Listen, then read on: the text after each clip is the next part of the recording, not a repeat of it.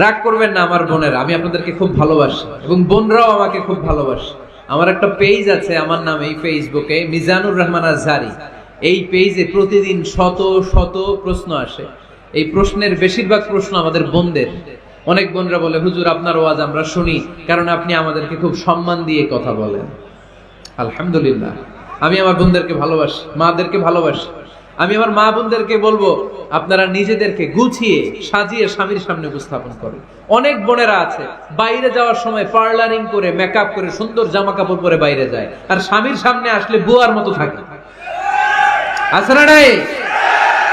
স্বামীর সামনে পচা জামা, ছিঁড়া জামা, চুলের মধ্যে নাই সুগন্ধি, নিজেকে গুছিয়ে রাখে না, সামলে রাখে না, কাজের বুয়ার মতো নিজেকে উপস্থাপন করে স্বামীর সামনে।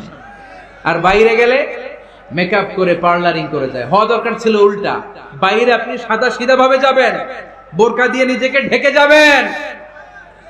বাইরে যাওয়ার সময় কোনো নারী পারফিউম ইউজ করে যেতে পারবে না। নারীরা যত পারফিউম ইউজ করতে মনে চায় আপনার বেডরুমে, আপনার স্বামীর সামনে, ঠিক কিনা?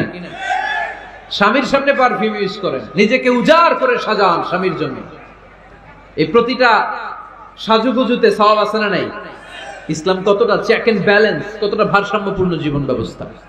খবরদার, নারীরা ডিওডোরেন্ট ইউজ করে বাইরে যেতে পারবে, যেটা সে তার আর্মপিটে ইউজ করে, কিন্তু ঝাঁঝালো পারফিউম বোরকার উপর দিয়ে মেরে কোনো নারী বাইরে যেতে পারবে?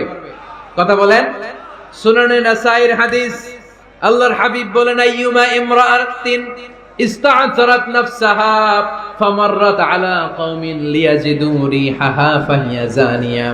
কোন নারী যদি তার জামার উপর দিয়ে পারফিউম মেখে পুরুষ লোকের দৃষ্টি আকর্ষণের জন্য ঘরের বাইরে বের হয়, যতটা পুরুষ তার চেহারার দিকে লোলুপ দৃষ্টি নিয়ে তাকাবে, ততটা পুরুষের সাথে জিনার গুনাহ ওই মহিলার আমলনামায় তুলে দিবে কে?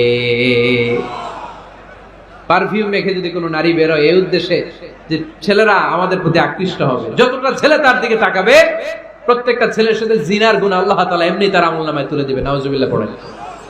এজন্য খবরদার, নিজেকে সাজিয়ে গুজিয়ে স্বামীর সামনে উপস্থাপন করুন, সাজিয়ে গুজিয়ে। অনেক স্ত্রীরা আছে ড্রাইভারের সাথে কথা বলার সময় মিষ্টি হাসি দিয়ে কথা বলে। বাজারে শপিং করতে গেলে আসসালামু আলাইকুম ভাই, কেমন আছেন? কি সুন্দর আসসালামু আলাইকুম। স্বামীর সামনে আসলে আর এই মিষ্টি কথাটা নাই। আসরা নাই? বাইরে তোমার চিকন গলায় কিসের আসসালামু আলাইকুম? হ্যাঁ না, বাইরে আপনি আসসালামু আলাইকুম দিতে যাবেন না, ঝটপট করে কর্কশ ভাষায় কথা বলে শেষ। কেউ ফোন দিয়েছে, হ্যালো কে? স্বামীকে চায়, উনি বাসায় নাই, কাট।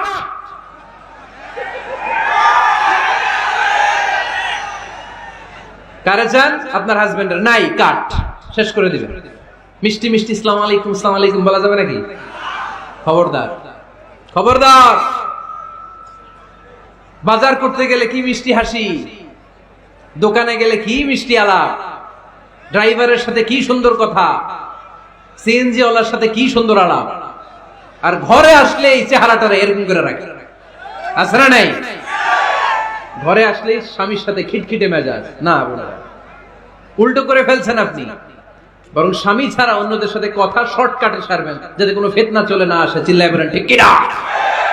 আর নিজেকে স্বামীর জন্য উজাড় করে সাজান, পার্লারিং করেন, বিউটিফিকেশন করেন, মেকআপ করেন, বেডরুমে পারফিউম মাখেন, নিজেকে উজাড় করে স্বামীর জন্য সাজান। সওয়াব দিয়ে আপনার আমলনামাটারে পূর্ণ করে দিবে কে?